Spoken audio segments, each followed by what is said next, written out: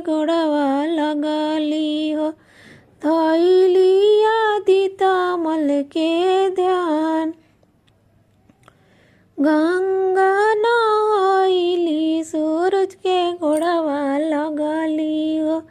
धैली आदिता मल के ध्यान, फूलावा लोड़िया गौरा बाबा फूलवरिया हो।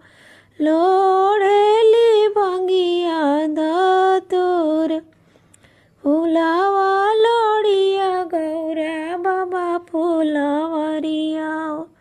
लोड़ेली भंगिया धतूर, सजी सवारी गौरा चलली मंदिरावा, पूजन चलली महादेव, पूजे चलली भोलेनाथ।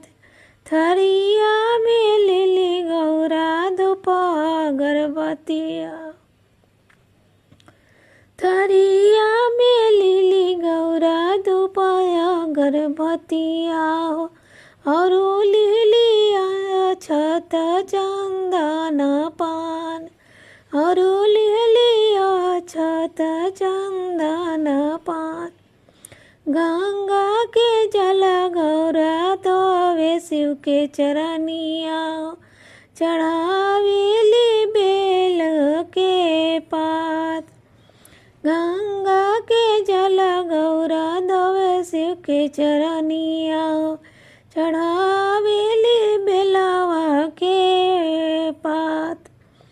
गौरा के देखी तप खुश भइले महादेव, मांग गौरा रानी वरदान। गौरा के देखी तप खुश भइले महादेव, मांग गौरा रानी वरदान।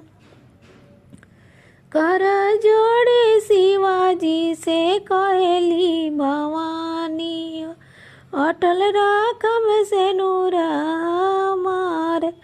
कर जोड़ी शिवाजी से कहेली भवानी, अटल राखम से नूरा मार। गणपति कार्तिक से बोलल रे आचरवा, कुशल रहे नैयर ससुरार।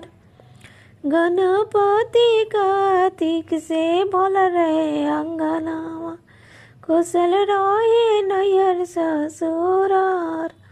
गौरा रानी भूखेली तीज के बरती, चली बैली